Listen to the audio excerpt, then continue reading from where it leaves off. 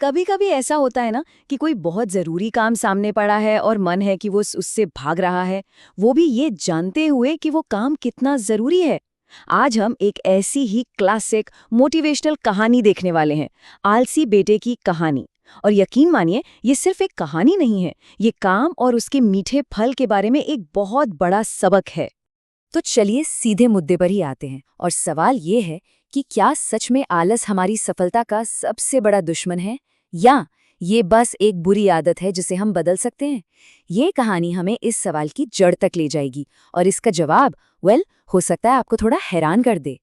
तो हर अच्छी कहानी की तरह ही इसकी शुरुआत भी होती है एक इमोशनल स्ट्रगल से, एक पिता की चिंता से।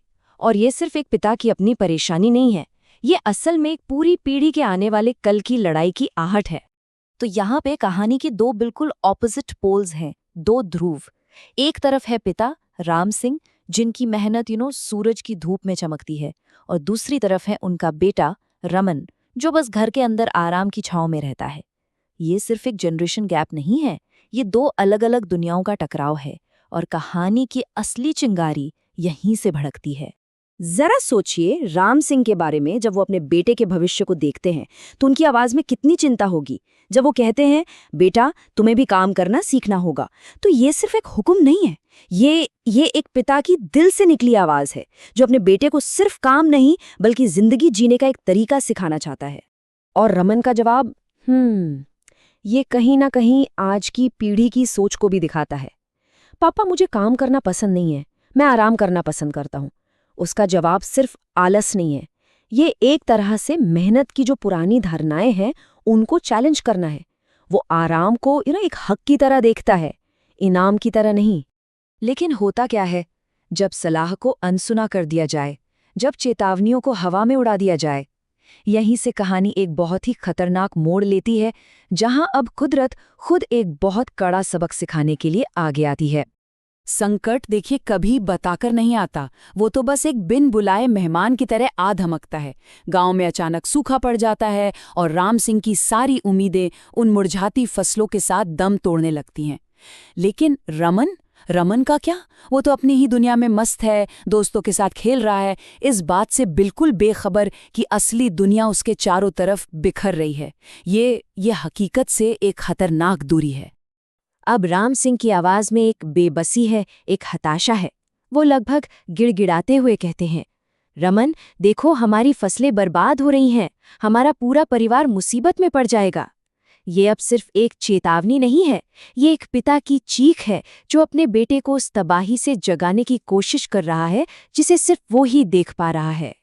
और अब कहानी एक ऐसे पॉइंट पर पहुंचती है जहां से कोई यू टर्न नहीं है। ये वो पल है जब सारे ऑप्शंस खत्म हो जाते हैं और सिर्फ एक ही चीज रास्ता दिखाती है, मजबूरी। ये दौर है मजबूरी में की गई मेहनत का। तो होता यह है कि राम सिंह बहुत बीमार पड़ जाते हैं और बस यहीं सब कुछ बदल जाता है। ये सिर्फ एक बीमारी नहीं है, ये मानो एक पीढ़ी से दूसरी पीढ़ी को जिम्मेदारी सौंपने का एक बहुत ही क्रूर तरीका है। अचानक रमन के पास छिपने की कोई जगह नहीं बचती। आराम का जो उसका कवच था वो टूट चुका है, और अब उसे उस जिम्मेदारी का सामना करना है जिससे वो हमेशा हमेशा भागता रहा। और ऐसे ही सबसे मुश्किल पलों में उम्मीद की एक किरण दिखाई देती है। रमन को अपने पिता के शब्द याद आते हैं, बेटा मेहनत करने से ही सफलता मिलती है। ये शब्द अब सिर्फ सलाह नहीं है, ये तो एक लाइफलाइन बन चुके हैं, एक मंत्र जो उसे उस रास्ते पर ले जाएगा जिसे उसने कभी चुना ही नहीं था। तो ये जो सफर है ना, ये एक लड़के के आदमी बनने का सफर है। शुरुआत होती है मजबूरी से, जहां हर कदम एक बोझ जैसा लगता है। फिर आती है कठिनाई, पसीना, दर्द और बार बार हार मान लेने का मन करता है। लेकिन फिर कहीं से लगन की एक चिंगारी जलती है। वो लगा रहता है और फिर धीरे धीरे, बिल्कुल धीरे धीरे उसकी मेहनत रंग लाने लगती है। ठीक वैसे ही जैसे सूखी जमीन से अंकुर फूट पड़ते हैं।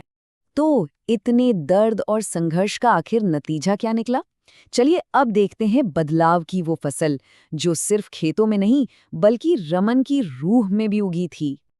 और फिर वो पल आता है, रमन अपने चारों ओर देखता है और उसे सिर्फ लहलहाते खेत नहीं दिखते, उसे दिखता है अपना पसीना, अपनी लगन और अपनी जीत। ये सिर्फ एक फसल नहीं थी, ये तो उसकी आत्मा का, उसके वजूद का पुनर्जन्म था। ये थी सफलता। लेकिन असली इनाम, असली फसल खेतों में नहीं थी, वो तो उसके पिता की आंखों में थी। जब राम सिंह कहते हैं, बेटा मैं तुम्हारी मेहनत देखकर बहुत खुश हूँ, तुम्हारी मेहनत का फल अब दिखने लगा है, तो ये सिर्फ तारीफ नहीं है, ये एक पिता का आशीर्वाद है। एक पीढ़ी से दूसरी पीढ़ी को सम्मान का मिलना है। इससे ज्यादा कीमती फसल और क्या हो सकती है। बात यह है कि रमन ने सिर्फ फसल नहीं उगाई थी, उसने इज्जत कमाई थी। उसने अपने पिता का गर्व वापस जीता, अपने समाज का भरोसा हासिल किया और सबसे बढ़कर उसने खुद की नज़रों में खुद का सम्मान करना सीखा। माफ़ी और तारीफ, ये थी उसकी सबसे कीमती फसल। तो इस पूरी कहानी, इस पूरे सफ़र के आखिर में हम अपने साथ क्या लेकर जाते हैं? चलिए इस कहानी के सुनहरे दानों से कामयाबी का आखिरी सबक निकालते हैं। तो कहानी का निचोड़ ये है, असली कामयाबी आराम के नरम बिस्तर पर नहीं मिलती, ये तो मुश्किलों की भट्टी में तप कर बनती है, जहाँ इंसान का किरदार घड़ा जाता है और जहाँ से महानता जन्म लेती है। ये आराम के बारे में नहीं है, ये मुश्किलों में टिके रहने के बारे में है। और इस बदलाव का असर सिर्फ रमन तक ही नहीं रहा। जैसा कि गांव के मुखिया ने बहुत समझदारी से कहा, रमन की कहानी अब सिर्फ एक इंसान की कहानी नहीं रह गई थी, ये इस बात का जिंदा जागता सबूत बन गई थी कि कोई भी, सच में कोई भी, अपनी जिंदगी बदल सकता है। वो एक आलसी लड़के से एक मिसाल बन गया था, पूरे समाज के लिए एक उम्मीद की वजह। और अब जब ये कहानी खत्म हो रही है तो एक आखिरी सवाल मन में आता है। देखिए, हम सब में कहीं ना कहीं थोड़ा सा रमन है।